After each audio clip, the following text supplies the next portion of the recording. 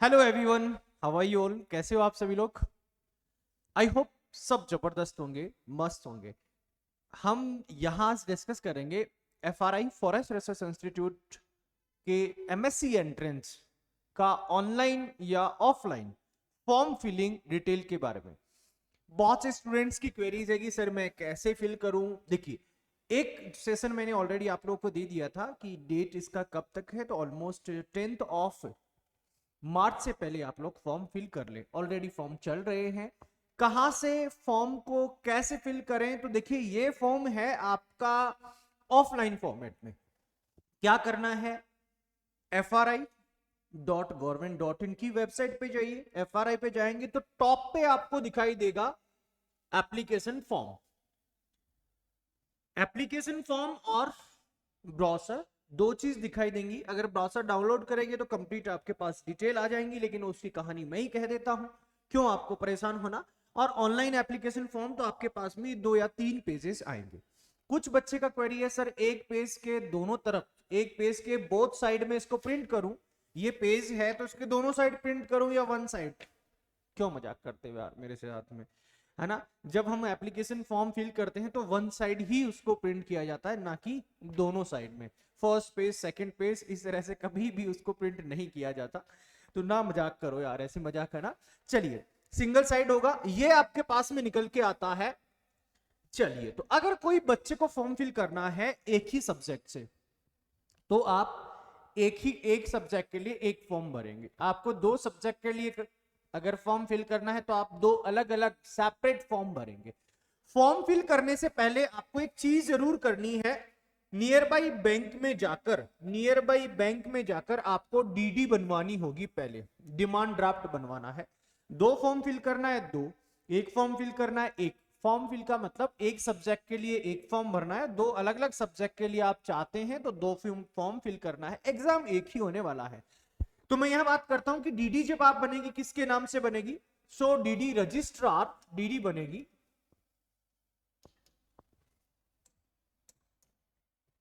DD पे क्या आप मेंशन करेंगे? डीडी पे आप मेंशन करेंगे registrar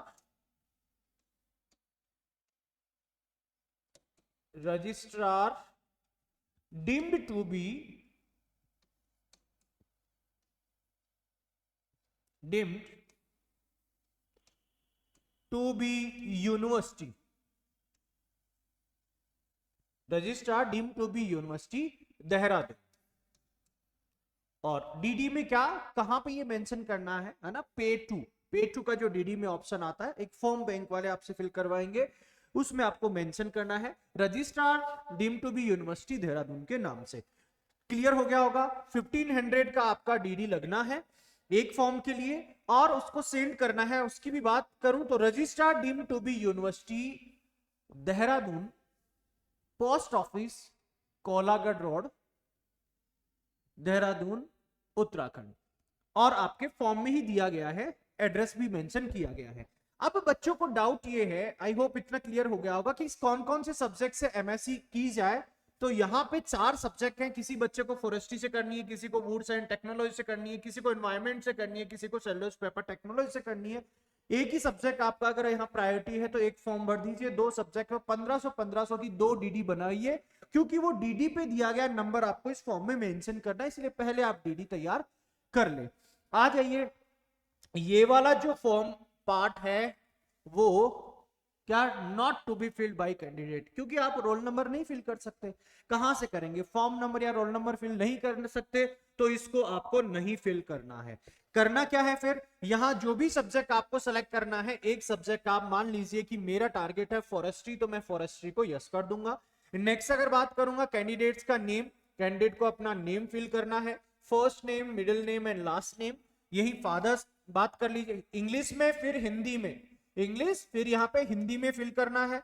fathers name, mother's name fill करना है। और बात की जाए डीओबी, डेट ऑफ बर्थ आपको यहाँ पे मेंशन करना है। डेट ऑफ बर्थ में डेट, मंथ और ईयर। नेक्स्ट यहाँ बात करें मेल और फीमेल, जिसको कंफर्म है वो अपना मेल और फीमेल जेंडर कंफर्म करे, और जिसको कंफर्म नहीं है तो फिर भी 3 ऑप्शंस हैं, जो भी अपना सेलेक्ट करे।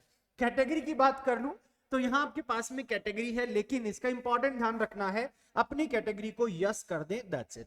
एक चीज ध्यान रखिएगा बच्चा, आपके पास में कास्ट सर्टिफिकेट क्या होना चाहिए, 6 मंथ ओल्ड ही होना चाहिए। जिस बच्चे के पास में नहीं है तो वो मजिस्ट्रेट डिस्ट्रिक्ट, या फिर हम बात करते हैं जो मजिस्ट्रेट ऑफिस होता है हमारा नियर बाई, जिसको तहसील ऑफिस कहते हैं, वहां से बनता है, हर बच्चे को पता है, वो सब चलेगा। स्टेट का ही इसमें बोला गया है कि स्टेट का सभी टाइप के चल जाएंगे। अगर कोई सेंटर का बनवाना चाहता है तो वो वैलिड होता है, लेकिन स्टेट का बनवा लीजिएगा, मैं उसके ऊपर नहीं जाऊंगा, ठीक है। चलिए बात कर लीजिए, तो ओबीसी जनरल के लिए बनवाना नहीं है, क्योंकि यहाँ पे नंबर ऑफ रिजर्वेशन मिलेगा नहीं। OBC, SC, ST and all के लिए आप बनवा सकते हैं। फिजिकली हैंडीकैप्ड है, कोई मेंटली हैंडीकैप्ड है तो वो यहाँ पे यस कर दे।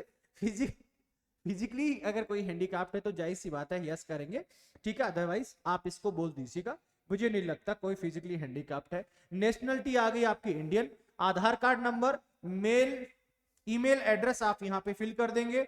फिर आपके पास में है यहाँ पे करस्पॉन्डेंस एड्रेस आप फिल कर देंगे। आपके नियर बाई पुलिस स्टेशन कौन सा पड़ता है, ठीक है।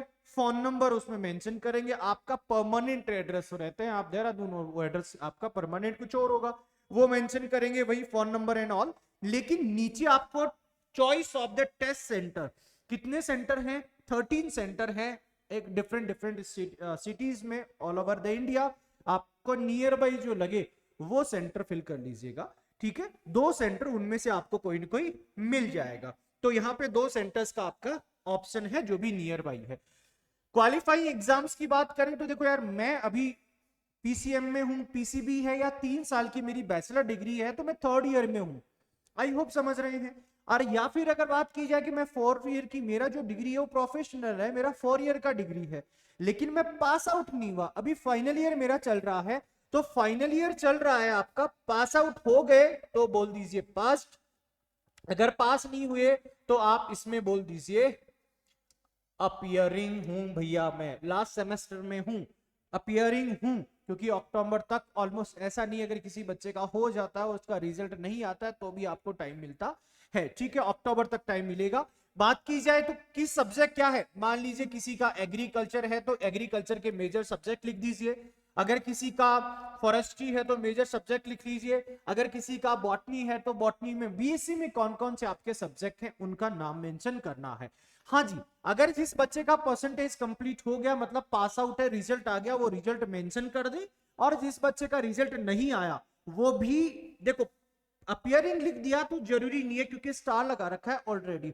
लेकिन यार दूसरी बात, अगर किसी बच्चे का ये है कि मेरा भी फाइनल सेमेस्टर का आएगा, तो आप एवरेज लिख देंगे तब भी कोई प्रॉब्लम नहीं है। अभी तक तो बच्चों ने, किसी ने लिख दिया एवरेज लिख दिया, किसी ने नहीं लिखा, तो आप एवरेज मेंशन कर दे अब तक का जितना आया है, क्योंकि इनको ये थोड़ा सा ध्यान रखेंगे ये लोग भी कि 45 है अदर का कैटेगरी के लिए, और ओबीसी और जनरल के लिए 50% है, इससे अबाव ही होना चाहिए। तो आप मेंशन कर भी सकते हैं और नहीं भी कर सकते, कोई प्रॉब्लम नहीं है। किसके लिए, अपियरिंग के लिए, पासिंग वाले यहाँ मेंशन करेंगे।